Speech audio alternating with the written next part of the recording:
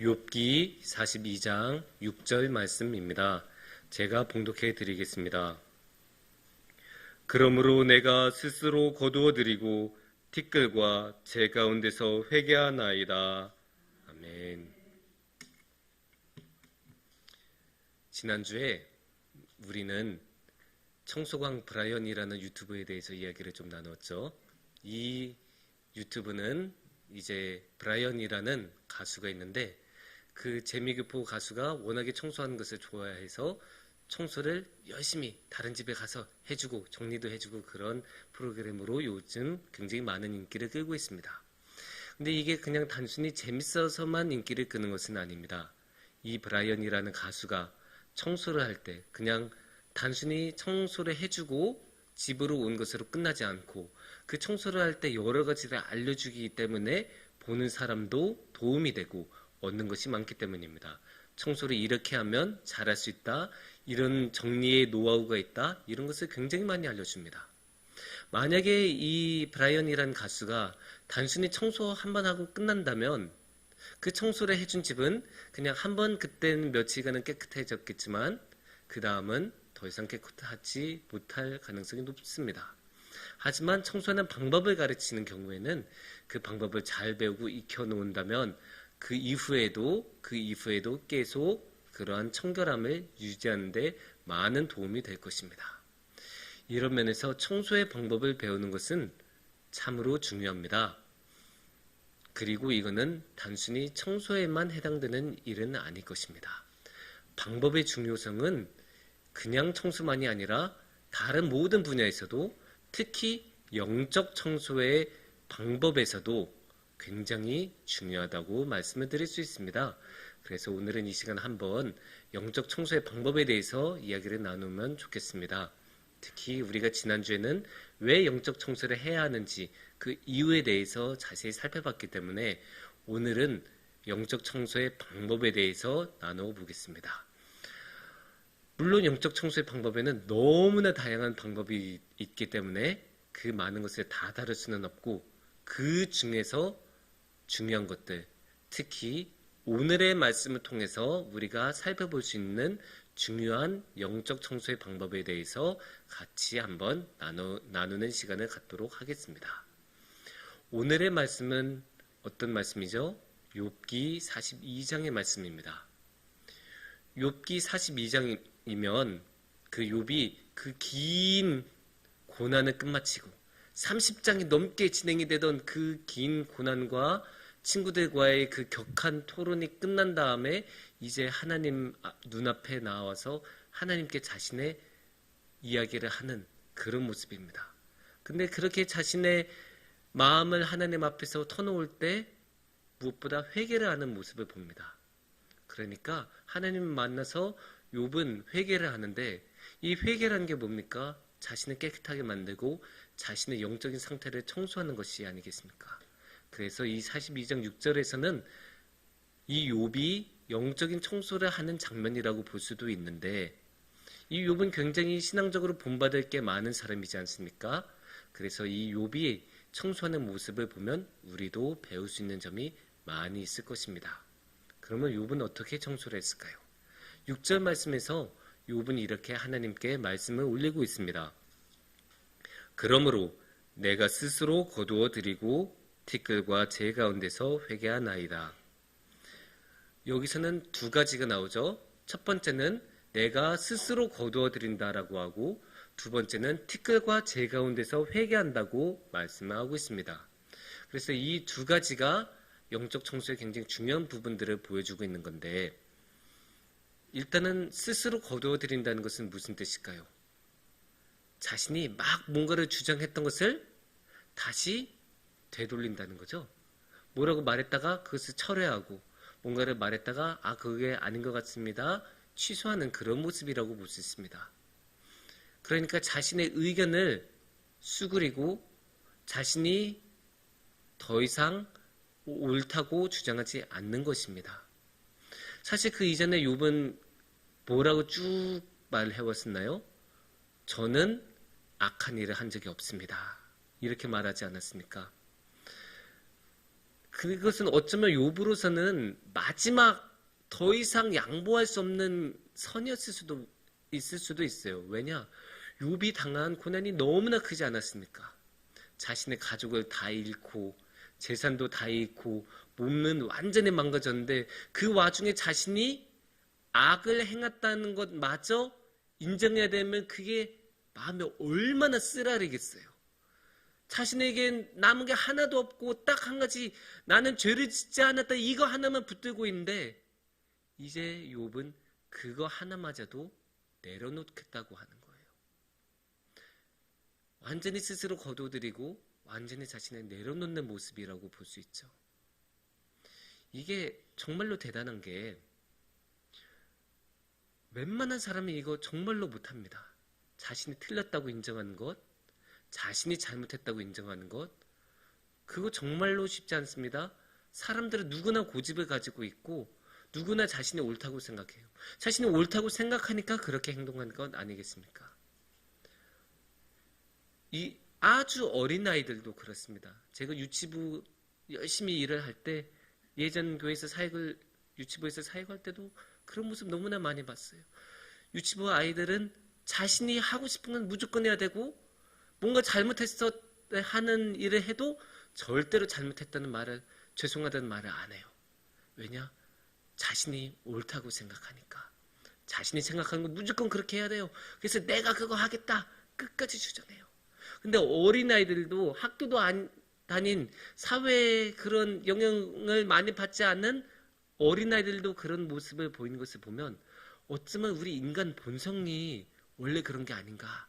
원래 그렇게 고집을 피우고 자신을 꺾지 않는 게 인간의 모습이 아닌가라는 생각을 할 수밖에 없어요. 근데 그게 사회 속에서 살아가면서 바뀝니까? 아닙니다. 나이가 들면 들수록 자신이 틀렸다는 것을 인정하는 게 더욱 힘들어져요.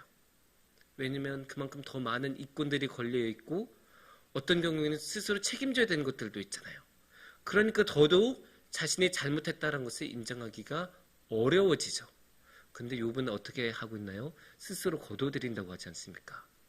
자기가 말한 것을 스스로 거둬들이고 자신이 잘못했다는 것을 인정하고 자신이 옳지 않다는 것을 의롭지 않다는 것을 인정하고 있습니다. 그 다음에 말하는 티끌과 재의 이야기도 어쩌면 크게 다르지 않아요. 뭐라고 하고 있습니까? 티끌과 재 가운데서 회개한다고 하는데 어쩌면 이거는 그 당시 사람들의 유대 사회의 관습적인 모습이기도 합니다. 왜냐면 그때는 뭔가 이제 기도하고 정말로 슬픈 일이 있으면 막 재나 먼지를 뒤집어 쓰면서 기도했다는 그런 구절들이나 기록들이 꽤 나와요.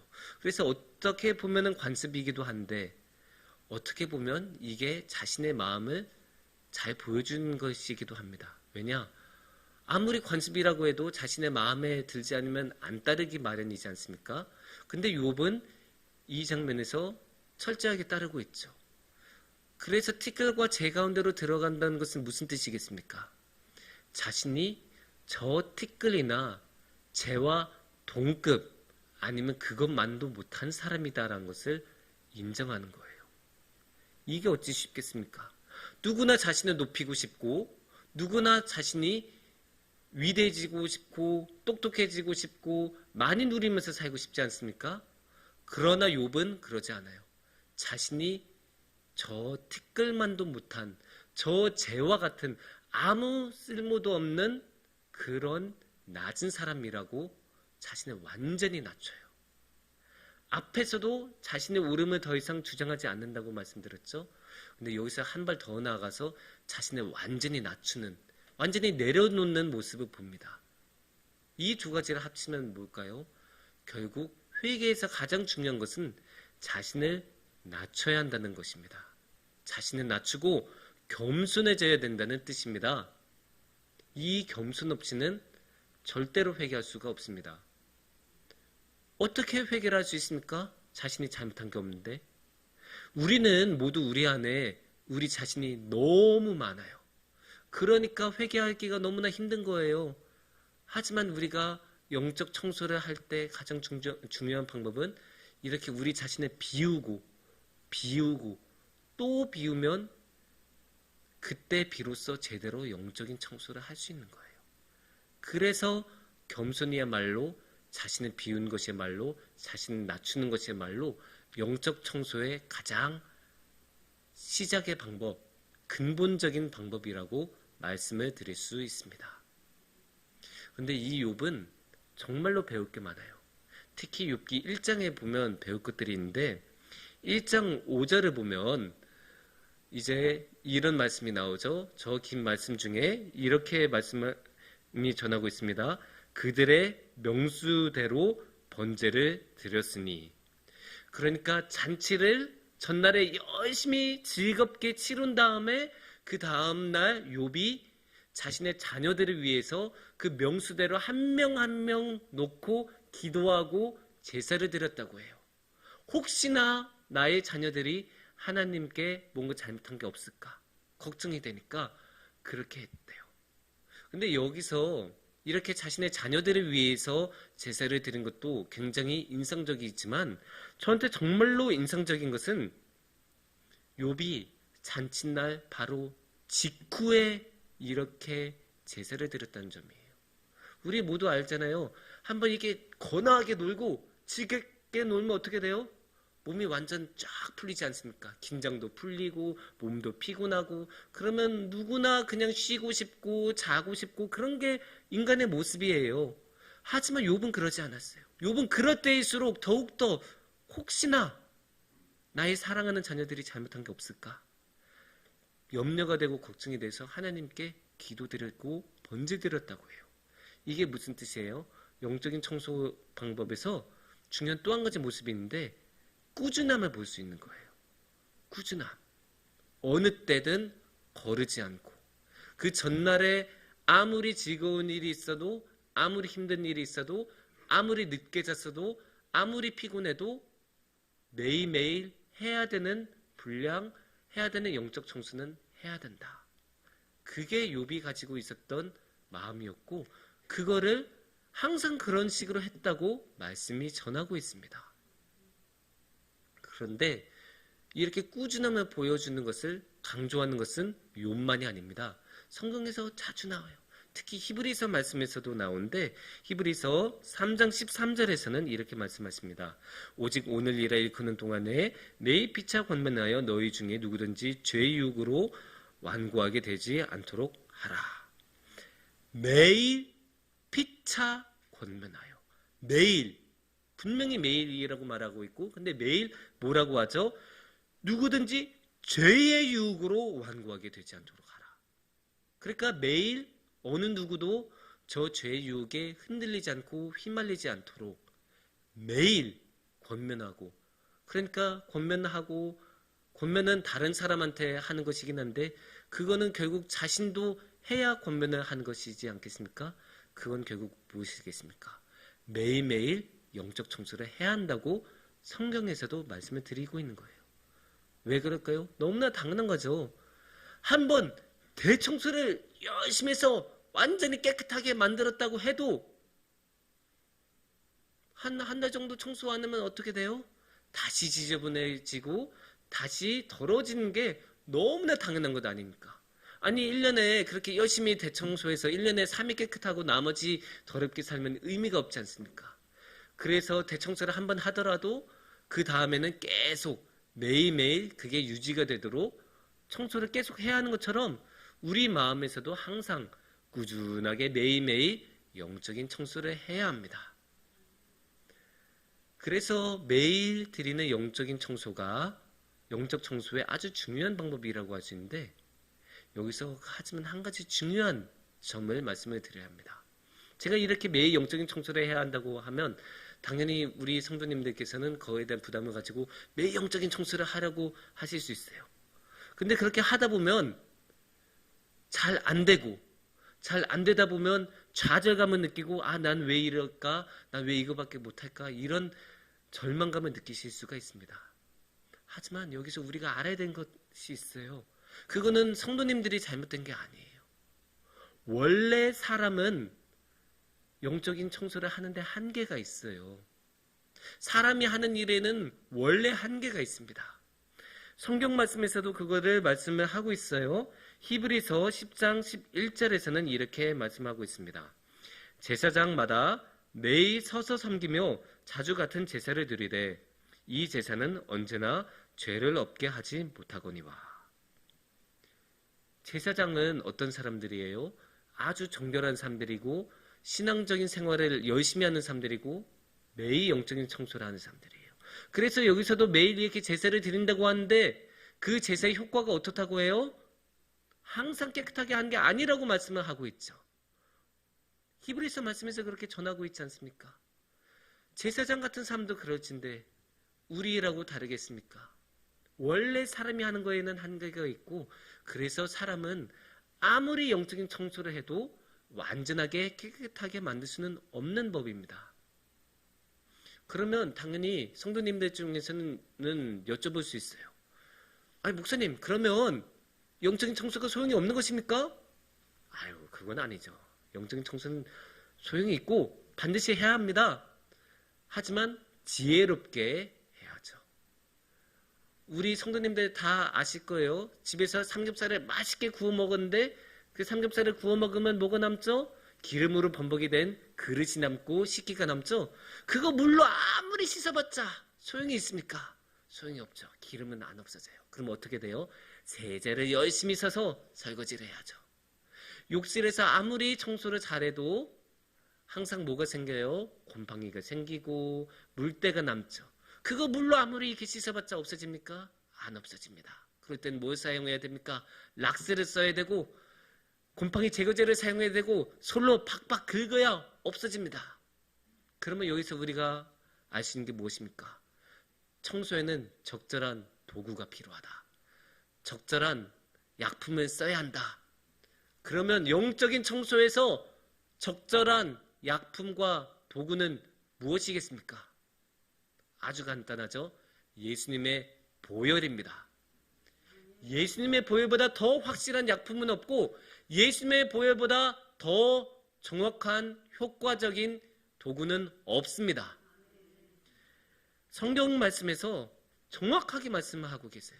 제가 지어낸 이야기가 아니고 그냥 사람들이 생각해낸 말이 아니에요. 요한일서 1장 7절에서는 이렇게 말씀하십니다. 그가 빛 가운데 계신 것 같이 우리도 빛 가운데 행하면 우리가 서로 사귐이 있고 그 아들 예수의 피가 우리를 모든 죄에서 깨끗하게 하실 것이요. 이것보다 더 명확하게 어떻게 말씀을 전할 수 있겠습니까?